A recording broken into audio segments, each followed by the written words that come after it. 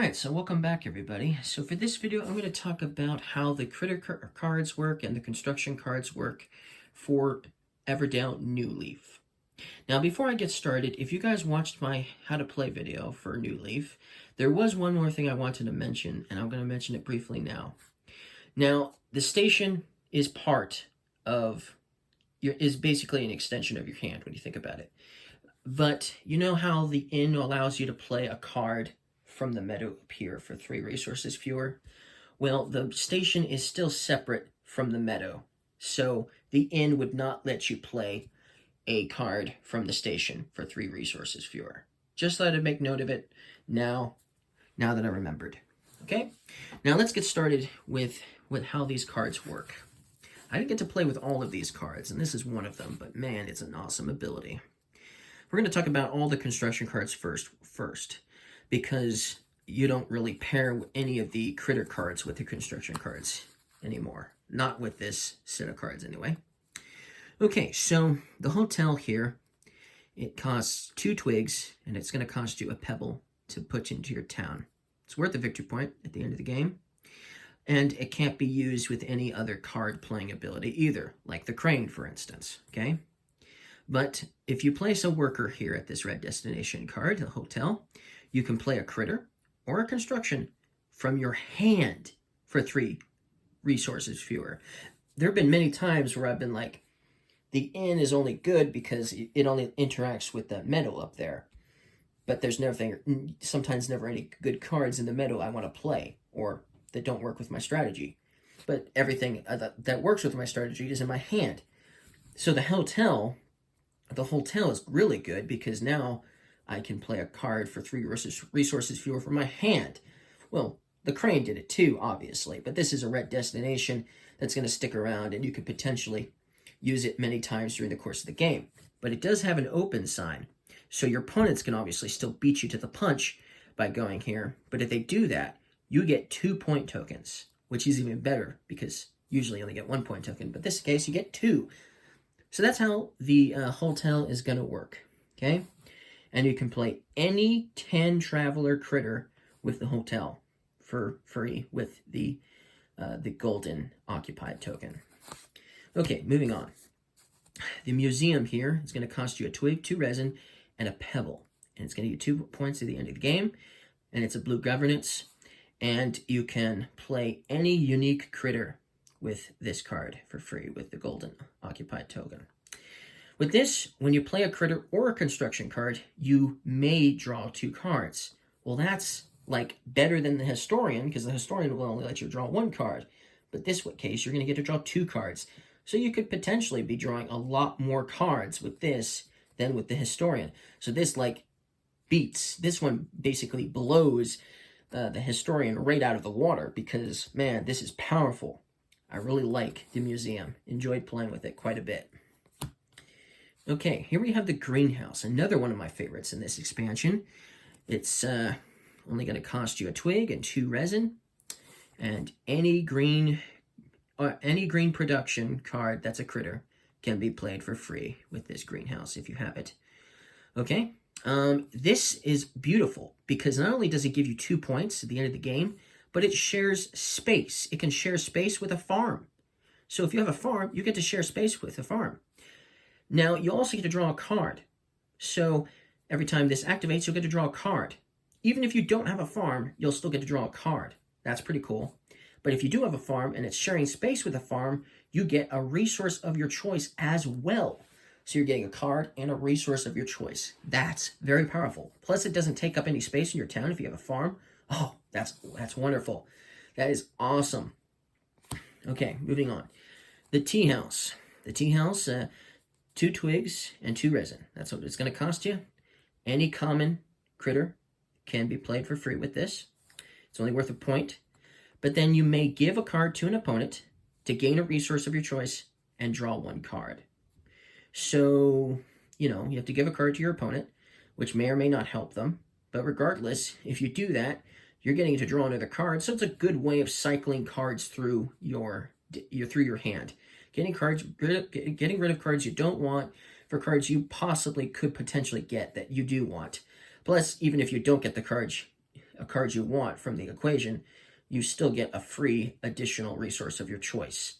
That's very useful. Awesome green production card. Okay, the library. It's 2 twigs, a resin, and a pebble. It's going to give you 3 points.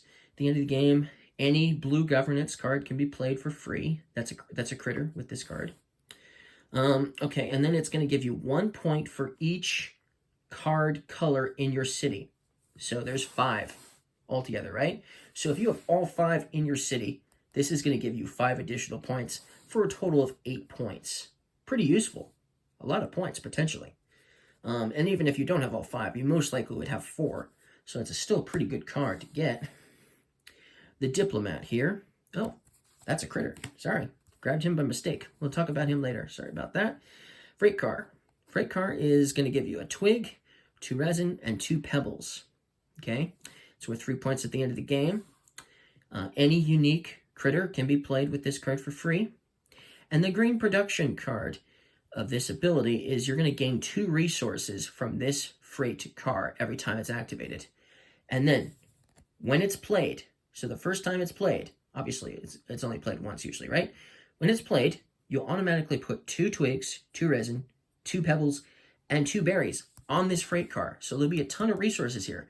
And then you'll get to take 2 of them right away because, well, you get to play it when you play it, right? You get to activate this as well when you play it. But then later on, when you prepare for next season, you know, spring and autumn, you'll get to activate it again, taking 2 more resources off of here as well. And it can be any of the 2 you want. You can do any equation you need. You could do a berry and a stone. You could do a pebble and a twig, for instance, a resin and a berry, for instance. Or you could do 2 berries if that's what you needed. So, you know, sky's the limit almost with this card. And if you got to activate it 3 times, if you played it in winter, then you activated it at least 3 times. So then you took off 6 of the 8 resources. But then potentially there is a card here that would let you maybe play a green production card again. And if that was the case, then you potentially get to activate this 4 times, maybe. So that's powerful. But if you activate it any more than 4 times, then there won't be any more resources here for you to get. So just make note of that.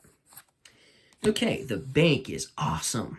For 2 resin and 2 pebbles, every time you get to activate the bank, you'll get to place a point token on here. And then your hand limit increases by 1 for every point token that is on your bank. So the first one you put on there is going to increase your hand limit to 9. And then if you activate it 3 times in total, well then that's a hand limit of 11 cards.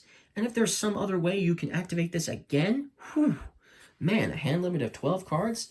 That doesn't sound impossible. And so, wow, the bank is just super awesome. Powerful, powerful card. Powerful green production, especially if you need the extra cards. Okay, the air balloon here only costs 3 twigs to build. And it doesn't take up any space in your city. Okay, so that's cool. What you get to do with this Tan Traveler card is you get to activate a Tan Traveler in an opponent's city, okay? And then you get to activate it based on what your city has as well. But you can't copy the full, you can't copy the main road, you can't copy the ruins, and you can't copy legendary cards either. But you can, like, for instance, copy the Ranger or the Wanderer, for instance. I ended up copying the Gardener, which we'll get to in a moment. But I ended up copying the Gardener in my opponent's town, and that was extremely useful. So, you know, there's a whole lot of possibilities here. But of course, if your opponent doesn't have any Tan Traveler cards, or this is all they have in their town, well, even if this was all they have in their town, then you can activate theirs and then do it on your stuff, I suppose. But the point is, it will require your opponents to actually have a Tan Traveler card if you're going to copy it. Still, that could potentially be very, very useful. And it doesn't take up space, so you're not wasting space either. So that's awesome. Okay, City Hall. 2 twigs, a resin, and a pebble. It's worth 2 points at the end of the game. And then, after you play a construction, you may give an opponent 1 card to gain a point token and draw a card. So it's similar to the Tea Party, or I mean not the Tea Party, but it's similar to the Tea House that basically gave you a card again after you give an opponent a card, and then you got a resource. This is giving you a point token instead of a resource. But you could potentially activate this a whole lot more times, especially if it's in the beginning of the game, a whole lot more times than you would that tea house. So, you could get a lot of point tokens with this City Hall, and a lot of cards too. But of course, you're going to be giving an opponent a lot of cards as well. So make note of that. Try not to give them the best cards in the world. Okay, so the locomotive is that card that you can't play unless you're playing with Newleaf, the Newleaf station, okay? Because when you put a worker here at this red destination card, you can play a station card for 3 fewer resources. So that is awesome. So the inn wasn't able to play a card from the station for 3 resources fewer, but the locomotive can. So this is a very powerful card. If you're playing with Newleaf, this is very useful if you can get this card. It's awesome. And you'll see that there isn't an open sign. So your opponents can't beat you to the punch and prevent you from getting to do this red destination card. So this is very powerful, especially, you get to play a card for 3 resources fewer from the station, and then getting an additional possible resource or point token or something is extraordinarily awesome. So the locomotive is a very awesome card. And then its cost is 2 twigs, a resin, and a pebble. So the locomotive, everybody. Okay, the main road is a unique construction. So you can only have one of these in your town. Okay? But it's going to cost a pebble to play in your town. And then what it does is it doesn't take up any space in your town, but then it opens up an additional space in your city. Okay? So instead of having only 15 cards allowed in your city, if you have this in your town, you now have 16 cards allowed in your city. That's awesome. Plus, this isn't one of the cards because it's not taking up space. But it can't be copied, removed, or reactivated. There's no way to reactivate it. You can't anyways. You can't remove this card either. So the university removes cards. The university cannot remove this card. Okay? And it can't be copied either. So just make mental note of that. The university will never be able to copy this card. It's not allowed. Illegal. Okay? Cool. So that's the main road. Very cool. But obviously, you can only have one in your town. Okay, the Everwall. Whew, look at the resources. 4 twigs, 4 resin, 3 pebbles. Maybe you are one of those players who almost always seems to end up at the end of the game with like 5 or 6 twigs. And you're like, what the heck am I going to do with all these twigs? Most of the cards don't really need that many twigs. Well, this powerful card here does need 4 twigs. So now there's something else to use your twigs on. Now, the Everwall here is worth 6 points at the end of the game, but it doesn't take up any space in your city. Isn't that awesome? A powerful card that gives you 6 points and doesn't take up any space? Ooh, that's awesome. But then it gives you 2 additional points for every 5 spaces you have filled in your city. So if you have filled all 15 spaces in your city, all 15, that's 6 additional points. So that's 12 points. That's 12 points for this one card that does not take up any space in your city. Powerful, right? That's why it's so expensive. At least it's not worth 4 pebbles. But man, 4 resin and 4 twigs, whew, it's very expensive for sure. So that's all of the construction cards in this video. So let's talk about the critter cards. At least I'm pretty sure I haven't missed any construction cards. So let's talk about the diplomat first, since it was in the first pile by accident. Okay, so he costs 3 berries to play in your city. Okay, 2 points at the end of the game for him. After you play a critter, you may give an opponent 1 card to gain 1 point token and draw a card. Well, it's basically like that construction card from earlier that we talked about that was a blue governance as well. It's exactly like the City Hall that we talked about from earlier, okay? But this is when you play a critter, not when you play a construction. That's the only difference, but it's exactly the same other than that. Critter instead of construction. Cool. So that's the diplomat. Okay, the mayor. Well, he costs 4 berries, and he'll give you 1 point at the end of the game. And then when you get to activate him, you'll gain 1 point. So every time you'll get 1 point regardless. And then you'll gain an additional point for every 5 spaces you have filled in your city. So if you have only 5 spaces in your city when you get to activate this, that's 2 victory points. You're going to get 2 victory point tokens. If you have 10 spaces filled, that's going to give you 3 victory point tokens. And if you have 15 when it's filled somehow, some way, that's 4 victory point tokens. So that's powerful. You can only have 1 in your town, though, because that's a lot of victory points you could potentially get, especially if you activate them 3 times. So that's the mayor. Okay, lamplighter. I love this one, too. So he's cheap, only costs a berry, and he's only worth 1 point. But then you may draw 2 cards from the deck, the meadow, or the station. So you can draw 2 cards from the station or the meadow, or 1 from the meadow and 1 from the station, or 1 from the deck and 1 from the station, or whatever have you. Or 2 from the deck, for instance. But basically, if there isn't anything good in the station you want, or anything good in the meadow you want, then you can at least draw 2 cards blind and hopefully get something good there, right? So that's the lamplighter. A very useful card drawing ability, especially since it's letting you basically draw from the station, from the meadow or the station. So that's cool. Okay, Miller. This one costs 3 berries to play, and you may pay a pebble to gain 3 victory point tokens. Well, that's cool. And I did this quite a bit. I had tons of extra pebbles, and I did it twice. So I ended up getting 8 points thanks to this armadillo here. So useful, yes, for sure. But, you know, you're going to have to pay a pebble to do it. And they are hard to get sometimes, right? Especially if you're playing like a 4-player game. So just make note of that. It might be worth it. Even doing it just once at the end of the game might be worth it. Okay, that's the Miller's ability. Okay, so the baker is the B here.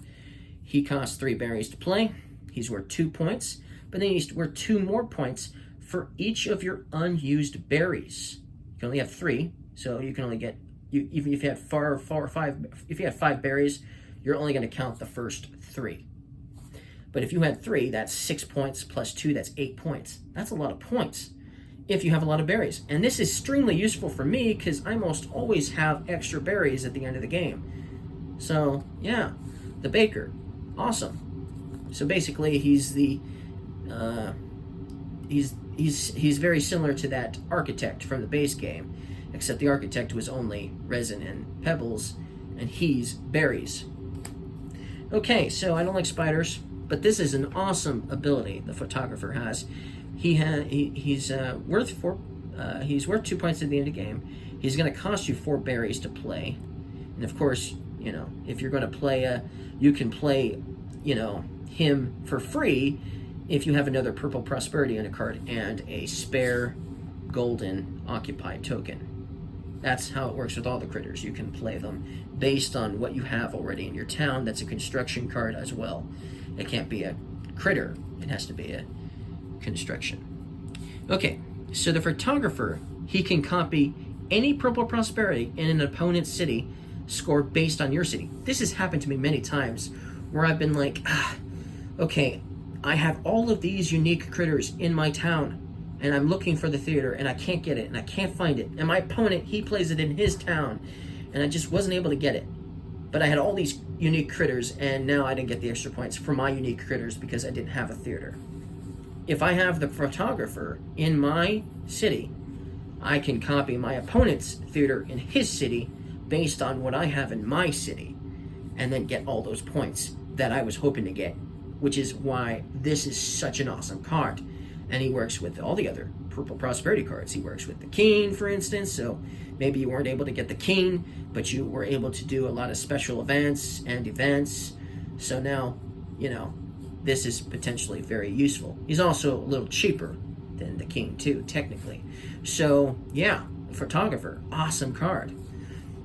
Okay, so the inventor. He's worth 2 berries to play. He's worth a point token. He's basically almost like the innkeeper or the crane, right? But when you play a critter or a construction, you may discard this inventor from your city to decrease the cost by 3 resources fewer. So he's basically the innkeeper and the crane combined into one, because you can play both critter and construction for 3 resources fewer with him, while the innkeeper can only do a critter and the crane can only do construction cards. So that's pretty cool, but he does cost 2 berries to play. And if you want to play him for free, you have to have a blue governance construction card in your town. So that's something to note. Okay, so the conductor here for 3 berries. Okay, that's how much he costs. 2 points at the end of the game. This is a red destination card. So if you put your worker here, you can copy any red destination in an opponent's city and apply to your city. But it can't copy the cemetery, the chapel, the monastery, the pirate ship, or any legendary cards. Okay? But there's a lot of red destination cards that you can't go to because they don't have an open sign on them, like the Lookout, for instance. Let's see, what else is there? There's technically the Locomotive, that's new, and it doesn't say you can't do it with the Locomotive, so that's a potential good one the Conductor could do. If your opponent has the Locomotive, that could be useful to you with the Conductor. And remember, there's not an open sign on that one either. So there's some good use to this card for sure. There's definitely some red destination cards you could do, like the Queen, for instance. You could do the Queen. That's another card you could do. You could do the Queen with the Conductor, because the Queen obviously doesn't have. You could copy the Queen's ability. That's pretty cool. So that's the Conductor. Here's another red destination card, the Chipsmith for 2 berries. That's the cost, and then 1 point at the end of the game for him. And then, for instance, the Chipsmith here, when you put your worker here, you get to activate 2 green production cards in your city. 2. Perfect, right? That's awesome. They have to be different, but 2, that's extremely useful. I love this card. I didn't get to play with it, but man, if I had gotten it, I would have played it in an instant, the Chipsmith. And then, for instance, if your opponent gets a Chipsmith, but you get the Conductor, well, you could copy the Chipsmith's ability by putting your worker on your Conductor. So that's cool. Very cool. So that's a potential other good use for the Conductor. Very cool. So that's the Chipsmith. Okay, just a couple left here. The Poet is similar to the Bard a little bit. It costs 3 berries to play. Then you choose a color, and then you can draw all the cards from the meadow of that color. And then you gain 1 victory point for each card that was drawn. So not only are you going to get drawn cards from the meadow, but you're also going to get a point token for every card you draw from here. So you obviously would probably want to pick the one that's the most common color, so that way you can get the most points. And usually green is the most common. So if there was 4 green production cards in the meadow, you would get all 4 that you could have up to your hand limit, obviously, because you can only draw up to your hand limit anyways. But then you get a point token for each card that was drawn. That's powerful. That's useful. Better than the Bard, because you had to discard cards with the Bard. This one, you're drawing cards and you're getting point tokens. Very awesome. So that's the Poet ability. And then the last critter for this video is the Gardener. He's a 10 traveler, and he costs 3 berries to play. He's worth a point at the end of the game. But then you may activate 2 different green production cards in your city. So the Chipsmith lets you do it, and the Gardener lets you do it. Powerful, right? That's extremely useful. So this is another good card I really love, and I did get to play with this Gardener, so it was awesome. But yeah, that's all of the cards to talk about that come with New Leaf, all the new critter and construction cards. If you guys like this video, don't forget to leave me a like, and I'll see you guys again next time. Goodbye.